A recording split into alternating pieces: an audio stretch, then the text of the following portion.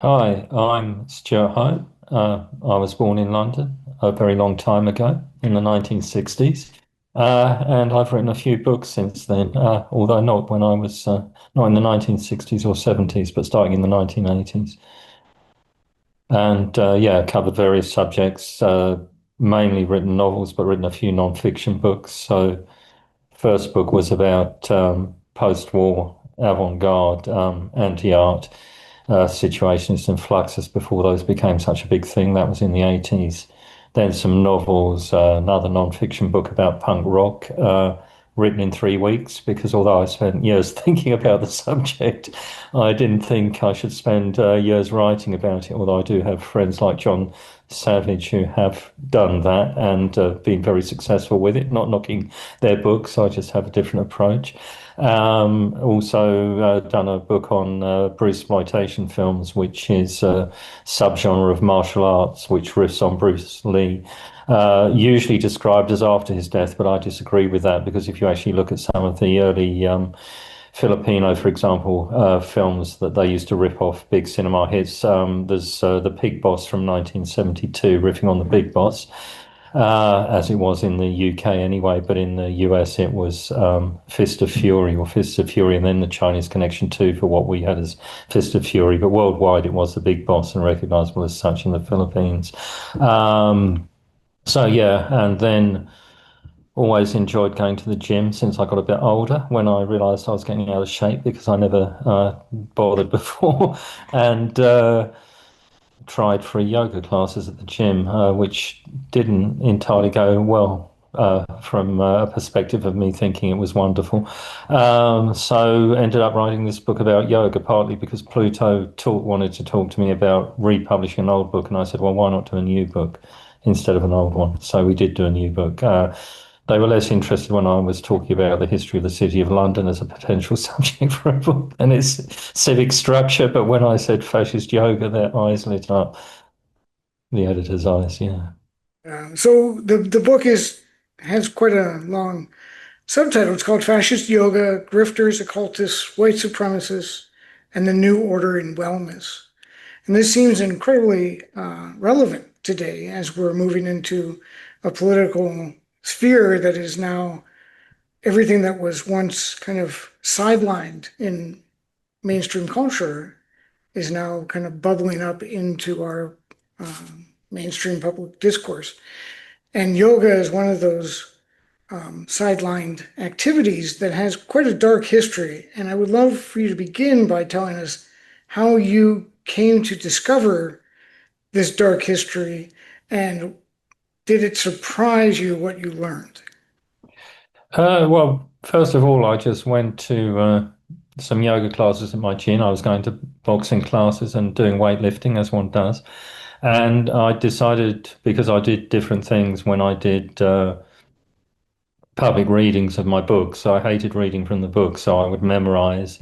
Then I moved into ventriloquism, which being having a South London accent, I have a natural talent for because we don't open our mouths much.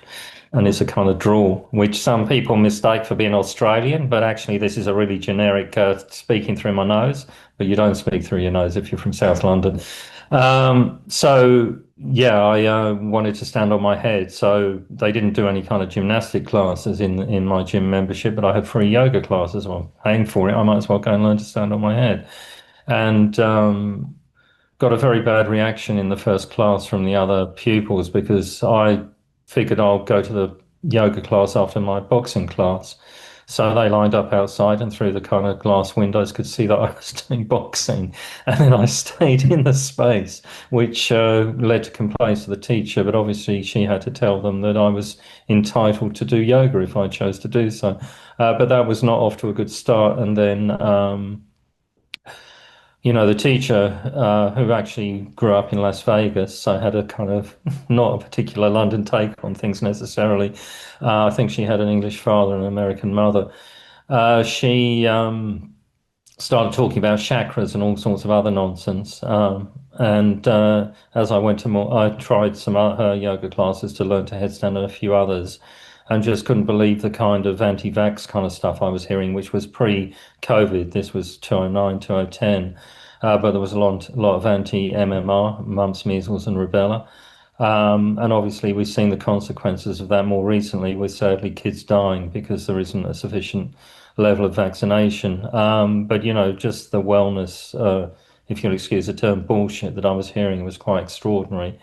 And, claims that if you did a particular yoga pose, it would cure this, that, and the other. So I think, I was particularly fascinated with the headstand, which I wanted to use professionally, and I did quite soon. It was claimed that would cure catarrh, cure headaches. I also discovered later when I was researching the book that at the 1966 British Dowsers conference, a speaker there claimed that it would make you a better dowser, which is this idea that you can put a couple of twigs together and it will lead you to water underground, although the scientific study of it has shown that it's just a random result that would be exactly the same if you did anything, whether you used a pair of sticks or you just randomly decided there was water in a particular place. So there were all these kind of claims, uh, which led me to want to read up on its history a little bit. And then the thing that put the fascist element in was in 2016, I saw a newspaper report which had a picture of a guy sitting in a half lotus pose at the top with a MAGA hat on his knee and a Celtic cross behind him, flag. And so the report was kind of, this is surprising. This guy, is a yogi and he's into the tarot and spirituality and healing, but he's also a fascist.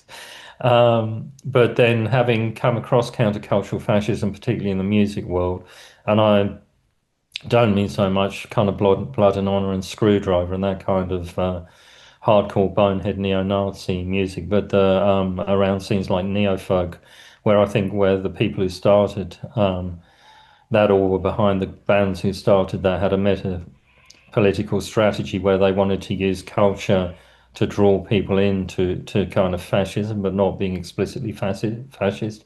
So within that scene, you have people, and have always had people who aren't fascists and people who are fascists, but are coy about what their real politics are. And having seen people within that scene who I think could definitely be identified as fascists, into tarot, into spirituality, into X, Y, and Z, it seemed likely that if you had one fascist yogi, there was a subculture of it. So I went and looked and quickly found, through a few internet searches, some examples. So that was what kind of the two things that started me off. And then I, did some blogs about it, forgot about it for a while, had the meeting with Pluto, sort of towards the end of the kind of COVID thing. They were at the London Book Fair and wanted me to go in and speak to them. And when I mentioned fascist yoga, this was what I was set on my path to write the book.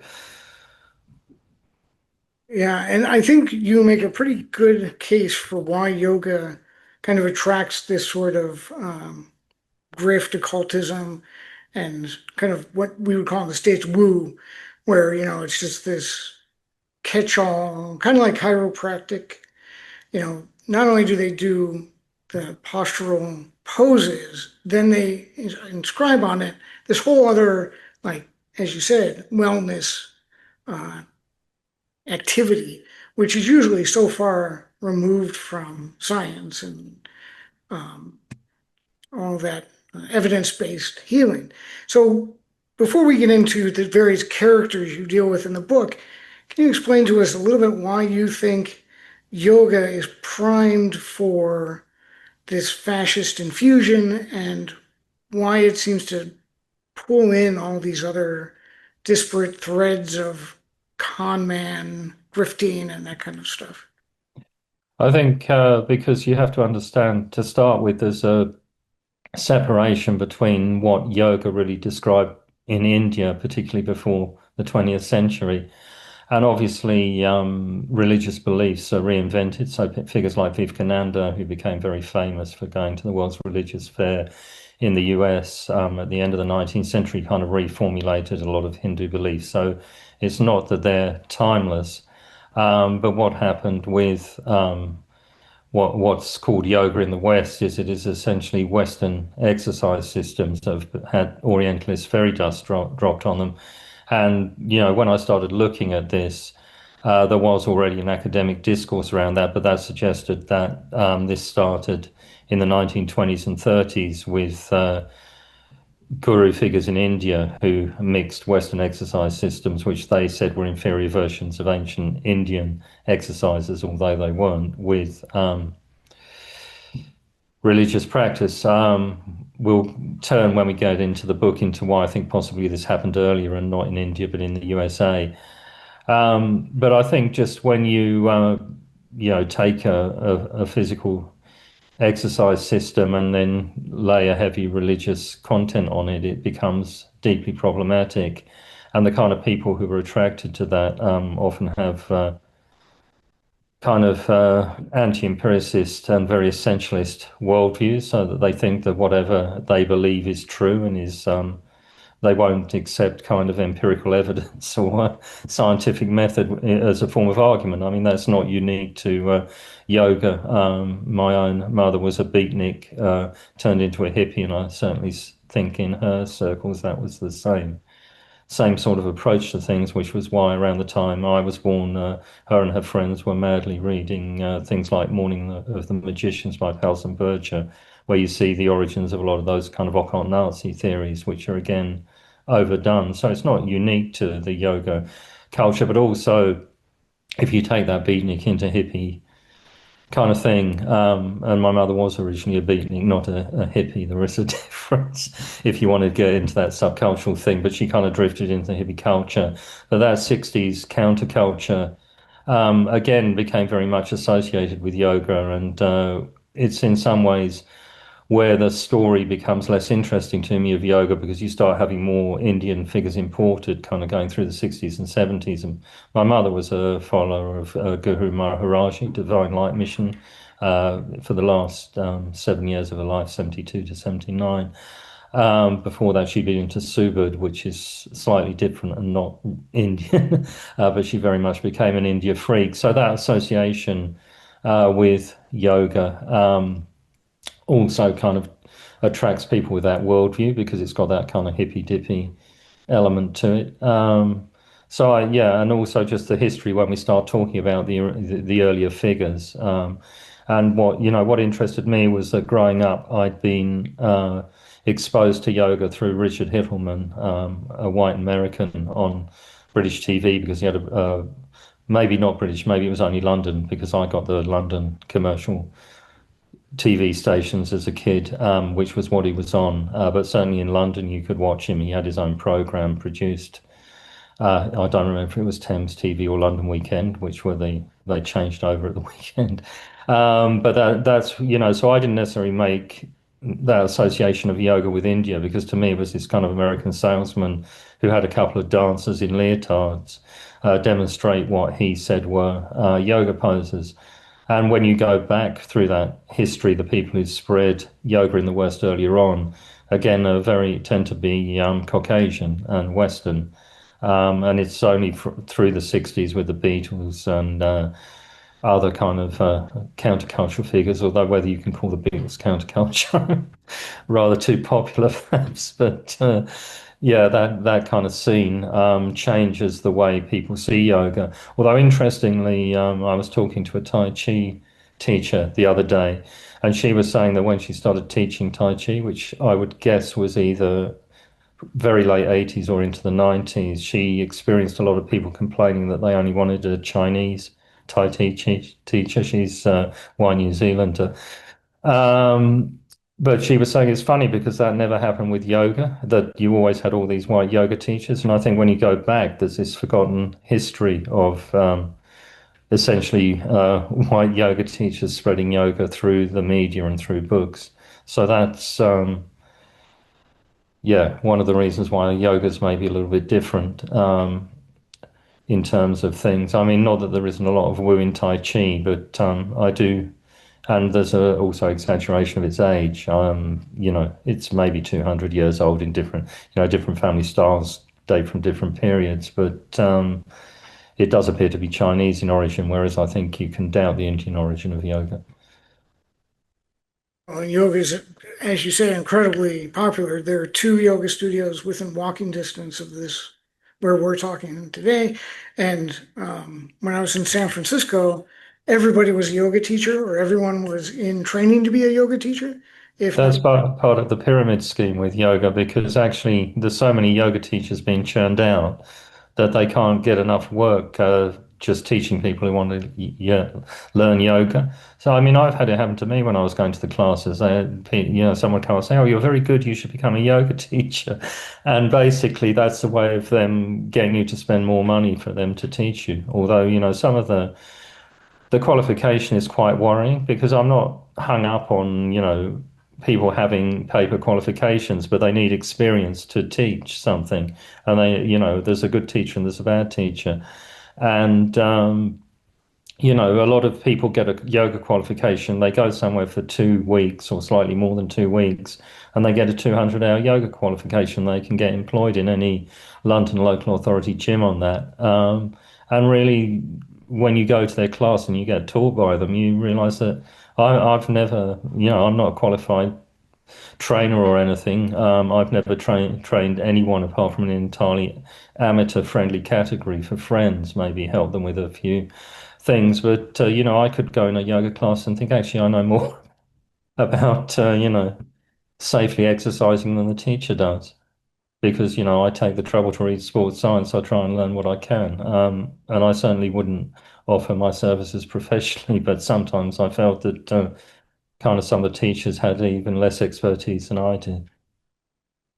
well, I think before we get into Pierre Bernard, we should talk a little bit about the New Thought movement that buttresses some of this or runs through your argument in the book. So could you tell us just kind of briefly what the New Thought was, and then we'll talk about good old Mr. Bernard. Well, New Thought was a 19th century American kind of invention, which you could liken to positive thinking. And it has various derivations, which other writers have documented better than I have, although it runs through the argument of the book, as you say. And then a key figure at the turn of the 20th century is a guy called William Walker Aikens, who was a guy who wrote dozens and possibly hundreds of books on New Thought under his actual name and under the pseudonym Yogi Ramacharaki. He also wrote books on yoga, which proved quite influential. I mean, people like Ezra Pound were clearly using those books, and Indra Devi, who's mentioned in the book, first came across yoga through a Ramacharaki book as well, and became interested in a teenager because of him. Obviously, his name in the pseudonym sounds Indian, but isn't. And then, that strain of thought goes through people like Norman Vincent Peale, who is, I understand, to have been Donald Trump's preacher and who wrote The Power of Positive Thinking, so is allegedly the major theological influence on Trump. So there's an interesting line running through all that material. And, it's all that law of attraction kind of you can make the universe manifest for yourself, and if you think positively, everything will go well for you, which maybe if you've read some Hegel, you might think you need some or Adorno on top. You might want some negative dialectics as well, but we won't. That was the kind of stuff I used to read when I was younger. I don't really read philosophy. Yeah, me too. So if you were to describe the great Pierre Bernard, in a few sentences, and then we'll get into his influence and what he did. Who was this character? Well, as far as we know, he appeared pretty much out of nowhere at the end of the 19th century, performing kind of circus tricks, allegedly going into a death trance. There are newspaper reports, but you never know how much you can rely on a newspaper report, and particularly the kind of newspaper report that's going to be about someone going into a death trance and having needles put through their skin. So, he allegedly slowed his breathing and had people perform various kind of unpleasant things on him. He also seems to have been involved in kind of medicine show type activities, kind of going up and down the West Coast. He has a very sketchy biography. We don't know for sure what his real name is. His biographer, Robert Love, says we do, but the evidence for his real name and date of birth is that a family relative of Bernard saw it in a family Bible, which is not really credible historical evidence. I mean, it could be right, but you can't test it against anything. It's not really an official document. It's a rumor or an allegation. Um, so certainly by 1905, 1906, he was still on the West Coast and running something called the Tantric Order of America, but there didn't appear to be a Tantric Order of Canada, let alone India or anywhere else. And he published one issue of the Journal of the International Tantric Order, which Indiologists, which I'm not, but Indiologists like Hugh Urban describe as a kind of typical mishmash of kind of misinterpreted Tantra and kind of Western occultism, in Bernard's case, with a kind of sex magic aspect, which also feeds into yoga in a fairly big way through Aleister Crowley on the British side of the Atlantic. Um, so he eventually, by certainly 1910, he's in New York. There's a court case against him for trafficking girls, one of whom he allegedly said he could cure her weak heart by having sex with her. Sounds like a familiar story that we've heard more recently with yoga gurus. And he was teaching something that looks like what I would call after other people like Mark Singleton, who wrote Yoga Body, which is the best known work, kind of placing Western physical training as being adapted by Indians in the 20s and 30s as the origins of modern yoga, modern postural practice. He was married to a dancer, so there's probably some dance influences, and clearly yoga also comes out of this split that you had happening in the 19th century with some thinkers between male and female exercise, where going along with philosophical, or I hesitate to call them philosophical, but kind of ideologies coming from philosophers like Rousseau of gender differences, that women should be kind of weak, so they wouldn't kind of train to be strong in the way that men do. Although obviously there's plenty of evidence that women can train to be strong and lift very heavy weights, just to take one kind of measure of strength, or do great endurance athletic work. But yeah, it's interesting how dancers always mix in, because when you have dancers demonstrating yoga, it looks very smooth. That was what always impressed me when I saw Richard Hiltman on TV as a child. Not that I paid a lot of attention, it was just on because it was on when I came in from school, one day a week, I think. And I put the TV on, and if it was raining and you couldn't run around the street, then you might try some of the exercises. But you never looked as, although I could always get in the lotus position, which I still can.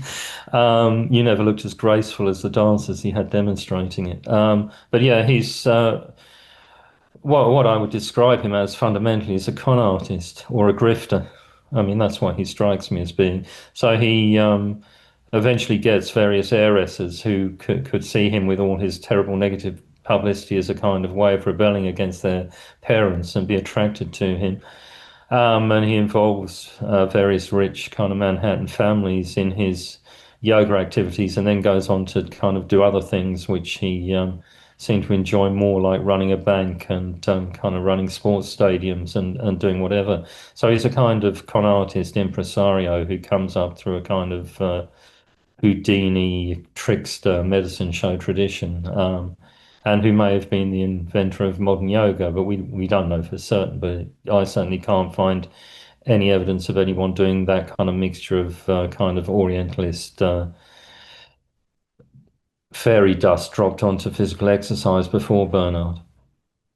Well, and he didn't just kind of popularize the exercise, but he also kind of set the stage for future yoga gurus, at least in the Western tradition, through this sexual misconduct, you know, grift, financial grift, theatrical showmanship. This is a thread that kind of runs through everyone you talk about in the book. Did you choose the people in the book because they fit the mold, or did you just found that they all everyone you looked at fit the mold? No, I found they all fit the mold. I mean, the way I was trying to work out, and it's quite difficult. I mean, there's a woman called Barbara Newcomb who I quote in the book who wrote, she's American academic, but she's based in the UK, and she wrote a book called Yoga in Britain. And, I realized some of what she was saying was problematic because she tried to identify certain books as the early yoga bestsellers. Um, and when you actually look, there's, Ryder, who in the occult strain of yoga, who were a London-based publisher, their offices were bombed during the Blitz and all their records appeared to be lost. Other publishers she approached said they didn't have the records anymore. So you can't judge on sales, but I was trying to look for kind of who was influential, who published books, but also in terms of Bernard's followers, there's two who got a lot of magazine coverage which we'll move on to, I guess. Francis Yates Brown and Theus Bernard, who is actually Pierre Bernard's nephew, who also adopted the name Bernard. Interestingly, it doesn't appear to be the original family name, but we can't know for sure. Who, kind of faked a lot of activities in Tibet. And again, one of the things you realize that when you're reading about Bernard, a lot of the biography, especially prior to him becoming known, is based on his own testimony, and there's no other source for it. And the fact that he's clearly an unreliable narrator of his own life should make you suspicious of that. But then I mean, I hadn't done the same level of research, kind of just really detailed, trying to go through sources and find out where they came from to do with Indra Devi. But again, she has a biography by Michel Goldberg, and there's material, quite interesting material on her in Elliot Goldberg's The Path of Yoga. But when you compare their biography with the biography she provides in her own books, it looks like their biography just comes from her. So how believable is it? Do we actually believe her father was a Swedish banker who disappeared in Russia working with the whites during the revolution? Well, maybe, maybe not, but I'd like some more evidence. So yeah, they do. I tried to pick them because I was looking for what seemed to be influential in the West, and I wanted to go back to Bernard particularly because I saw two of the disciples. I thought the magazine coverage was really, they appeared to have fairly wide magazine and newspaper coverage.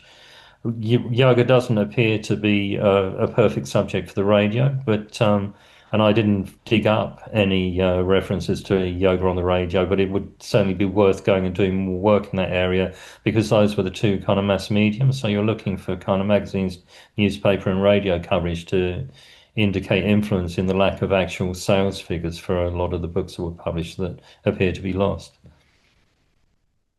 Before we get into the fascist Nazi connection, I'd like to kind of unpack the occult first, because I think in our two countries, there's a different tradition. And when we think of the occult in the Americas, we tend to think of it as the satanic panic. Everything is, there's a white evangelical Christian movement that says you can't do yoga because you're inviting the devil in. But I think in the book, you're linking to the occult has more to do with figures like Crowley and Blavatsky or whatever her name was, and Blavatsky, yeah, yeah. Blavatsky. So could you kind of detail what you mean by the occult and then how it figures into yoga? Okay, yeah. No, I mean, I'm not talking about satanic panic. You do get Satanists, and particularly Nazi Satanists are quite popular on the internet these days, unfortunately. But that that particular Christian discourse is curious because I actually got asked at a live event I was doing about the book a few weeks ago about saying, well, Christians don't like yoga. And I'm saying, well, no, that's not true. Certain Christians don't like yoga. But, have you read J.M. Duchenne, whose most famous book is Christian Yoga? And there's these other books like Yoga and the Jesus Prayer tradition. There is actually, particularly in the 70s, 60s, 70s, there was quite a strong Christian movement, certainly in Europe, for using yoga for kind of advancing your spiritual Christianity. And that was something I thought about looking in relation to the book, but actually there's so much material, I just didn't have time. So yeah, I mean that kind of particular Christian discourse shouldn't be allowed to very fundamentalist discourse allowed to dominate the debate. And obviously, it's possible to have a kind of religious position that might be pagan or might be something else. Or you might even be a Christian and believe that you can use the occult. I mean, if you go back to alchemy and stuff, I don't think the majority of alchemists were necessarily non-Christian, but they kind of had additional beliefs that they added onto it. Um, so you have a tradition that is outside of a normal Christian faith. I mean, Crowley grew up within the Plymouth Brethren, so a very strict um, Christian upbringing, which he rebelled against. So he used a lot of sex magic and other activities that would not be acceptable to a Christian, but he maybe played a little bit on the kind of satanic aspect of things, but he wasn't a Satanist. He was interested in supernatural forces, which I personally don't believe in, but he did, as far as I can tell. Um, and he came, he learned a lot of his occultism in the original Hermetic Order of the Golden Dawn, not to be confused with the Greek political party, who may have been interested in Crowley and other figures related to the original Golden Dawn. But again, you see things like Freemasonry, which again, certainly in the English tradition, the United Grand Lodge of England. Insists that members have to believe in a supreme creator and is essentially Christian. And, even Blavatsky was fundamentally Christian, but came up with all these stories about hidden masters in the Himalayas, Mahatmas. Um, and the same thing happened with the Golden Dawn. They claimed that they had these secret masters in the Himalayas, which is part of the attraction to Tibet and India, which allows yoga to become popular.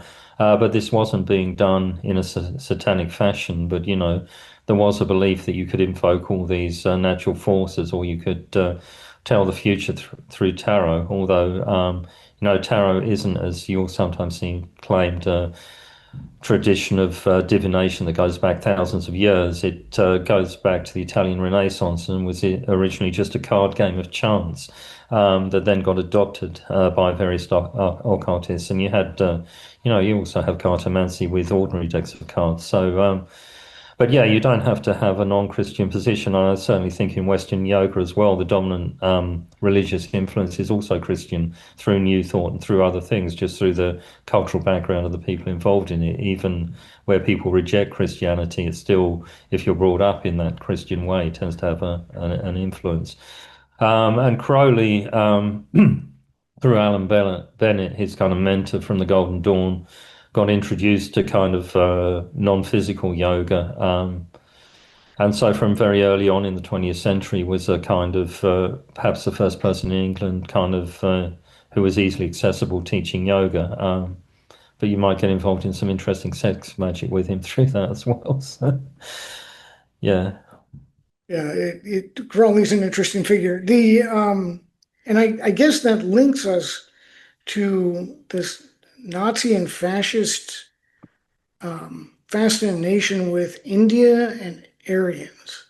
And it seems like when I learned about the connection years ago, but it still seems strange that the Nazis looked to India for some of their Aryan myth. And maybe you could explain that before we get into how it factors into yoga and how the Nazis used yoga. Or some Nazis, because the kind of use is sometimes exaggerated, just as the occult themes are.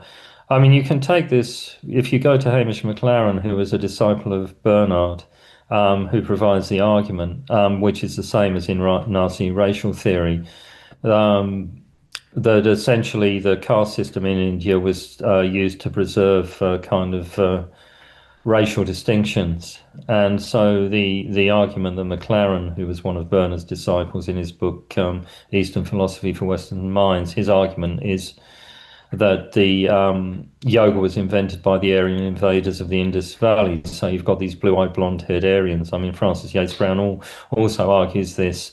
who are as Caucasian or as white as the author believes himself to be, um, and who invented yoga 5,000 years ago when they were invading the Indus Valley or shortly after, and they couldn't trust the people who'd previously lived around the Indus Valley. I mean, this is the kind of dividing line between India and Pakistan nowadays.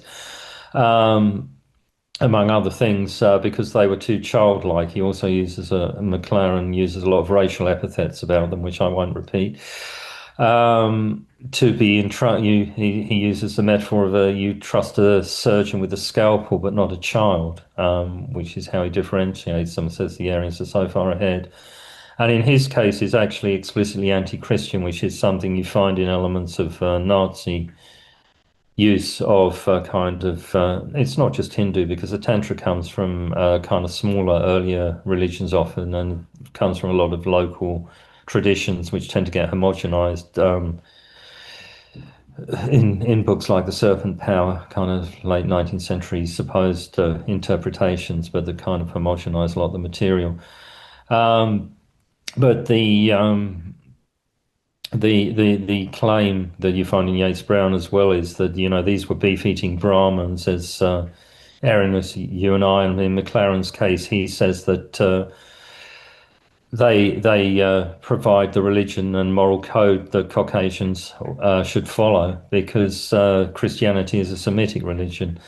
Yeats Brown isn't as obviously anti-Christian as McLaren, although he does take up the Aryan myth, and you see it carried on in the post the Second World War by writers like Harvey Day, who wrote a lot of hack books on the occult and yoga, very popular in his time.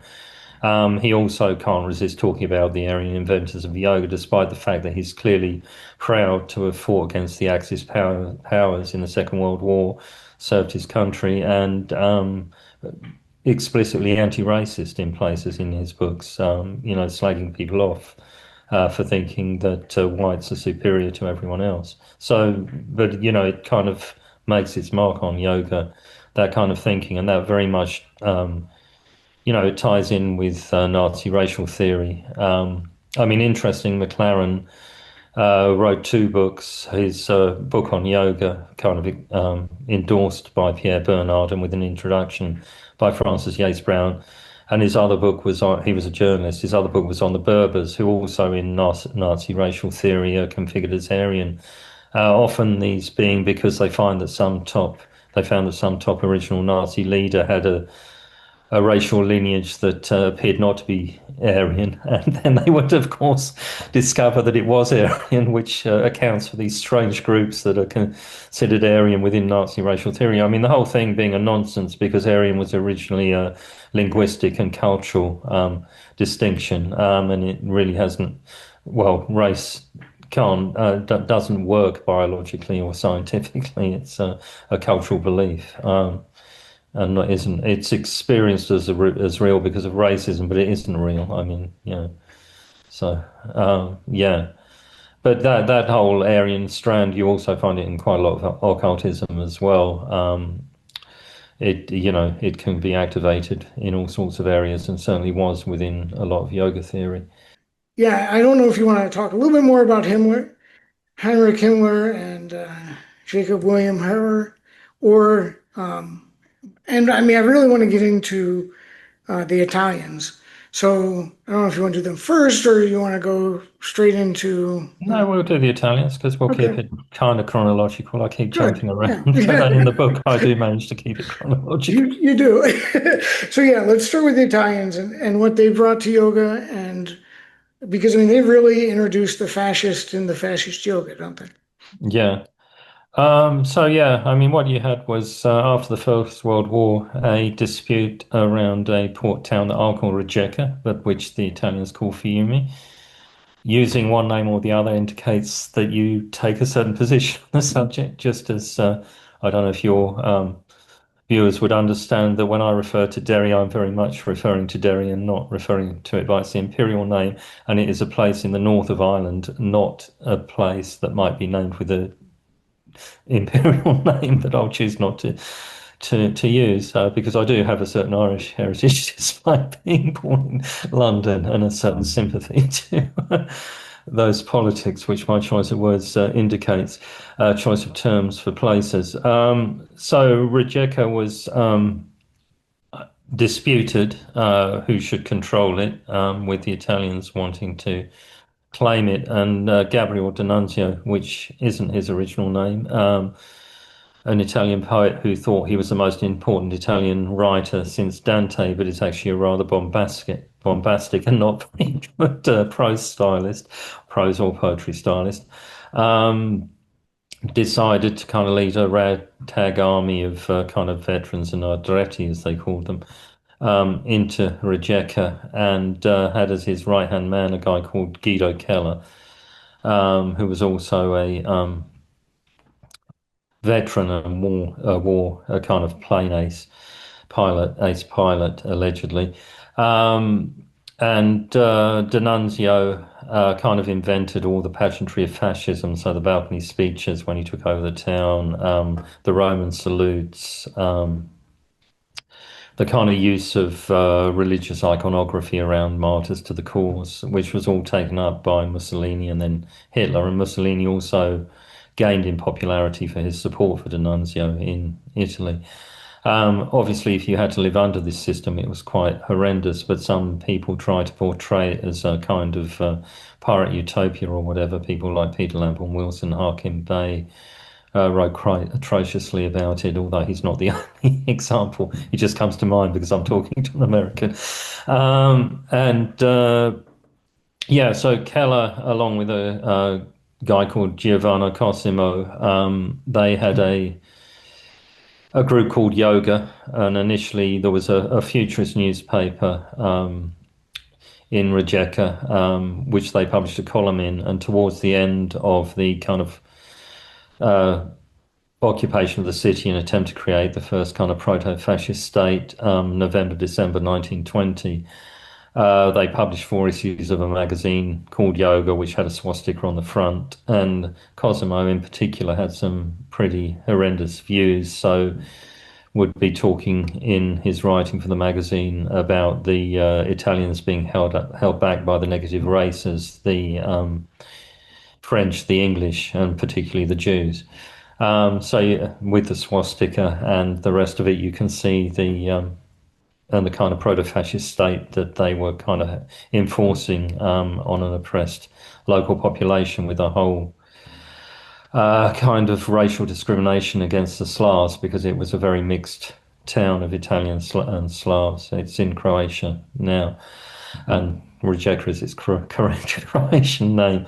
So yeah, they were, picking up on yoga. This was, 1920. Talking about yoga, it isn't clear whether they had a postural practice, but certainly they had a quite important feed into kind of the development of fascism. And then that kind of leads us into the Nazis and how did they use it? And as you said, it wasn't widespread, but it is an interesting kind of addition to, I guess, the Holocaust, right? Yeah, I mean, it was Himmler in particular who was interested in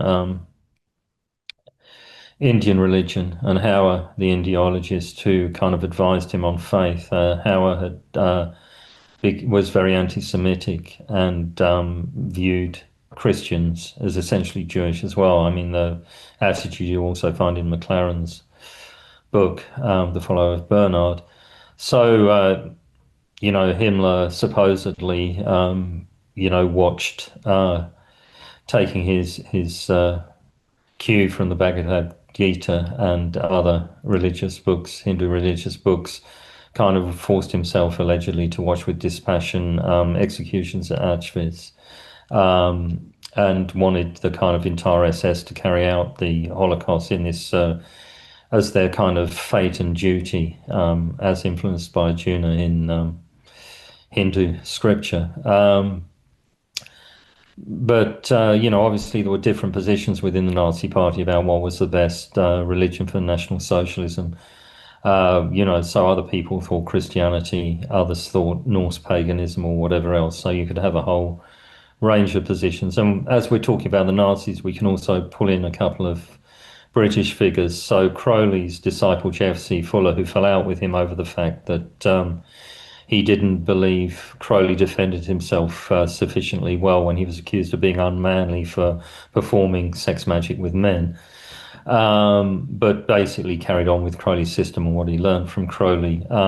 He also was a top member of the British Union of Fascists, and was also a military theorist who was very interested, an historian, very interested in mechanized warfare. So he essentially came out with the ideas that the Nazis developed and then applied to their Blitzkrieg theories. So he was kind of invited as a guest of honor by Hitler to kind of birthday celebrations and military parades, and was allegedly asked by Hitler, what do you think of your children? To which he replied, I can hardly recognize them now, they've grown so much. But he wrote a book on yoga in the 20s, very much coming out of his study with yoga. It's not the postural stuff, but it's a book that kind of feeds through the Rider Publishing occult tradition to do with yoga, and that was being republished after the war and is referred back to by later yoga figures, including Indra Devi, who we mentioned. And then the other figure we mentioned was Francis Yates Brown, who again was invited he was a journalist and was very famous for writing a book called The Bengal Lancer, or The Lives of the Bengal Lancer in America, which became a film with Gary Cooper and was allegedly one of Hitler's favorite films. So was greeted enthusiastically by Hitler, who told him how much he liked the film of his book. The film having about as much resemblance to the book as the book had to, which was supposedly autobiographical to Yates Brown's life. So, Yates Brown in the book claims to have kind of learned, it's in some ways the first yoga bestseller, perhaps, a really big selling book around the world, widely translated, from the beginning of the 30s. And, he claims to have learned yoga in India, but historians like Amy, who've been through his archives and also been through J.F.C. Fuller's archives, who also claims to have learned yoga in India, and she basically shows that Fuller learned his yoga from Crowley, and Yates Brown learned his yoga from Pierre Bernard in the mid 20s. I mean, that's also evident if you read Yates Brown's book. So his first book, called By the Turks, describes him dressing up as a German governess when he was imprisoned by the Turks in the First World War to escape. And there's no mention of yoga. And in later books, he talks about how yoga saved him when he was imprisoned by the Turks, and he might have died if he hadn't had this knowledge. But all his writing about yoga happens after he stayed in Pierre Bernard's kind of yoga commune in Nyack, New York. So again, kind of a very false history and a kind of proven lie, which is this mold, very much in the mold of his guru, in fact. Um, so yeah, but also kind of these figures are on friendly terms with, the leaders of European fascism and kind of recognized by them as figures of import.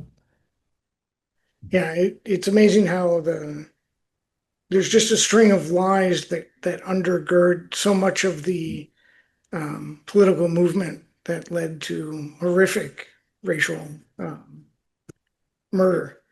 And I guess that'll get us through to the end of the war. And you bring up, use a metaphor of a Trojan horse to kind of introduce Hittleman and some of the ones who post-war start introducing, if this story wasn't bad enough with kind of the hucksterism and the racial, I don't know what it is, the racism, I guess, and some of the anti-religious stuff that comes through of alternate viewpoints. We get to the post-war and it just continues, but it continues differently, and it starts to kind of deny its past, I guess, but also at the same time incorporating some of the new worst ideas that are out there.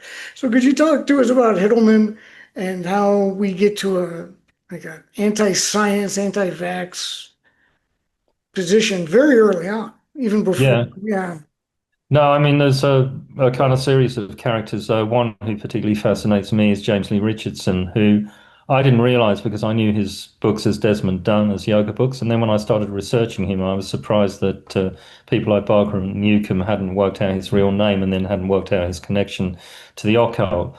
But I was born in Wimbledon in South London, which people know from the tennis. But it's not so. And Lee Richardson, I ended up being fascinated with him because he was from New Malden, which is a little bit further out from London, but not very far, and somewhere I have many happy childhood memories of. But it's a kind of boring London suburban place, so it's quite curious to discover this complete huckster selling a mail order yoga course. So I mean, very, very successfully. Again, it's it would be great if someone could access business records, but probably they don't exist anymore, showing exactly how many yoga courses he sold. But he had offices around the world in the US. He had US addresses and was advertising these mail order yoga courses all around the world. So, just as Charles Atlas had a very big bodybuilding course from the kind of certainly the start of the 50s, he was selling loads of yoga mail order courses around the world. At the end of the yoga course, the lower yoga course is an advanced one. You get recommended to do all these Insight Institute courses on the occult, which was another mail order operation he had, and at the same time he'd been since the in the 30s when it was set up, editor of a kind of popularist occult magazine, Prediction, and he gave that up to kind of in 52, 53 to start his own publishing operations. So he's publishing the US edition of, sorry, UK edition of US magazines such as Fate and His Health, as well as magazines he originated. But Fate would be full of these UFO stories and other things, but he was also using these publications to he had a supplements business called Healthcraft, so he was kind of using that kind of fake news around UFOs and whatever else to sell supplements as well, kind of parallel to Alex Jones. So you have that, and we've mentioned Harvey Day, we've mentioned Indria Davies. So moving on to Hittleman, um, he I mean, he basically becomes a fundamentalist Hindu, although his background is Jewish. And I didn't realize this when I was a kid seeing his programs, but when I sat down and read through his books, he's basically a creationist, that evolution is a ridiculous idea, and a real kind of religious fundamentalists. So, I mean, very much in an American mold, and, completely impervious to science. Man had to be created perfect. He couldn't have evolved. It's absurd. And, talks about the time over which he dismisses evolution happening as being a mere blink of the eye for the yogi and whatever else. And of course, he had a successful TV show. He's probably the biggest kind of figure for promoting yoga in the world before things became more split up through video and everything else, and then the internet later on. So through the 60s and 70s. But of course, he joined the Universal Life Church, or whatever it's called, and claimed religious exemptions and was lucky enough to die from cancer before the IRS really came after him, leaving his widow, who he'd actually divorced, to take the rap, which is just who he'd put on as a director of the companies just to, and then kind of decided everything for her, which was a scam. So it's just typical in the mold of Bernard and all the other figures, uh, you know, the yoga guru, scammer, con artist, grifter. But yeah, I mean, obviously, with that kind of level of anti-scientific thought, you're just laying the ground for all the anti-vax and other material. And then the other side of that, the figure who finish off with, who was the one who kind of really made me want to write the book and get into the occult side of things, was Frank Rudolph Young, a man who modestly claimed that he expected to live to be 330 years old or more, but went senile and died at 91, as far as we can tell. I mean, Harvey Day actually claimed that death wasn't natural and that the real yogi adept could live forever. But he died 89 or something. So yeah, not quite making it to the lifespans they might have been selling to their readers. I mean, Young was a total huckster selling mail order courses, advertising in Popular Mechanics and comics and whatever else. The same as the method as a Charles Atlas or the kind of Count Dante Dim Mac Death Touch, if people are familiar with that. All stuff that I looked at in a mesmerized way as a child when I got American comics. Uh, we didn't have quite the same in UK publications. We did have the Buddha you could rub for money, which came from Thames Ditton again in southwest London. So I was always excited by that one, although I didn't believe it would work. So I didn't send off my money for one. But I've seen American ads for that one as well. But yeah. Frank Rudolph Young was kind of, teaching pickup artistry, how to control the other sex with mail order courses. I mean, he was using all sorts of names, different names. Um, and then, teaching bodybuilding, big muscles, all this kind of stuff, and a lot about diet and health in his books. And he did some books on yoga for Parker as well as his kind of more straightforward occult books and appears, claims, and possibly was a chiropractor at some point.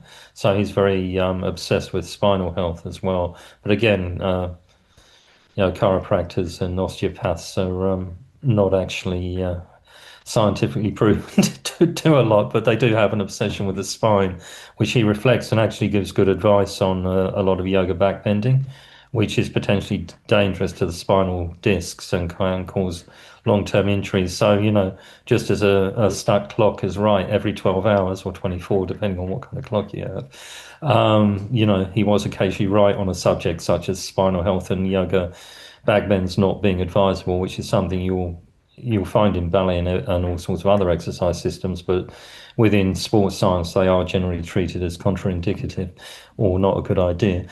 So yeah, but the kind of level of occult insanity that runs through Rudolph Young, he just takes it to an extreme. And then Hiddleman is obviously the kind of the faith-based rejection of science, both of which can contribute to a kind of very negative attitude towards things that are going to do public health a whole lot of good, which is, mass vaccination, clean water. These are the kind of basic life extending kind of tropes that would do better in society. I mean, obviously, we're lucky to have clean water, but not everyone in the world does. And it's a real shame we haven't got mass vaccination to the level needed, 95%, precisely due to the kind of anti-vaccine discourse that's run through yoga and a lot of other things. Yeah, I watched a video of Hiddleman, and it was amazing to me that he couldn't do most of the things he was having his dancer um, model kind of do. He would tell her what to do, but he couldn't himself do them. I No, thought it's was great. That's why dancers are fantastic because they can't do it because they've trained in yoga. They can do it because they've trained in dance, which is a lot harder. exactly. So kind of to wrap things up, and I think you've answered this pretty well already, but do you see yoga as offering any benefit given this fraught history? Because it seems like it just continues to have an influence of anti-intellectualism, like spiritual, occultist respectability, to kind of ideas that can be very detrimental to people's wealth, health, livelihood, family relations. Um, so, what do you think the state of wellness communities is? And is there hope for some way out of this morass of history? There's always got to be hope, but we've got to push push against the morass and push it down into the dustbin of history. In terms of yoga, I would avoid it because I think a lot of what is taught is potentially dangerous in terms of backbending, full neck rolls. But I'm not saying yoga is the only exercise or sport that entails those. And I wouldn't stop someone, for example, becoming a contortionist because I actually happen to love watching contortion, but I don't think it's good for the person's health. and I think they should go into it knowing what the potential downsides are long term. In terms of people exercising, if they do yoga, they will have some health benefits because any exercise is going to give you health benefits and you get the most at the bottom level of an exercise. But I would suggest that there are other exercises that are perhaps going to do them more good. If you want to go to Tai Chi, there's a lot of woo-woo around Tai Chi, but the thing is, among older people, a problem is falls, which can lead to kind of injury and death quite frequently. And with Tai Chi kind of emphasizing work on the legs and weight shifting between legs, that looks more useful to me once you divorce the woo-woo from it, which some people do and some don't. Weightlifting is a great exercise. You need to build up your leg strength and muscle and bone strength. So squatting and deadlifting are really good things to do, especially for older people. Um, doing some cardio is good. I mean, yoga seems to me to be quite a weak exercise, but I think it would be wrong to say that it has no health benefits whatsoever, but it can also potentially injure you quite badly. The effects on mental health if you start taking on board these kind of things. I mean, I have a Swedish friend whose sister, through yoga, then got into kind of anti-vaccine, QAnon, and everything else.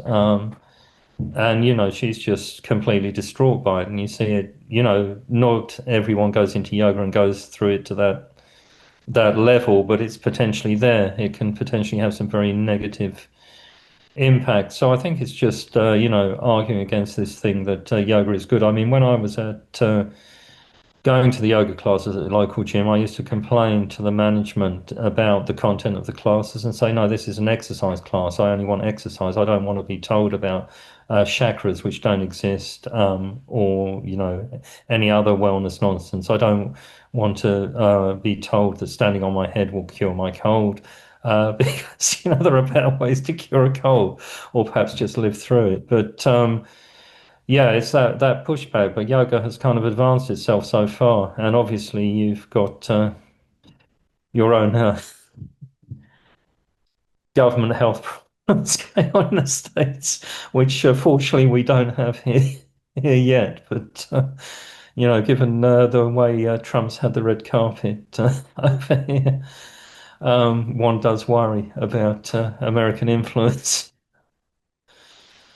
Well, yeah, and I'm hoping that the evidentiary experience of our experiment here will will downplay the influence globally, but it's very worrisome where we're at, and Yeah. it just seems like so much of it comes out of this wellness space.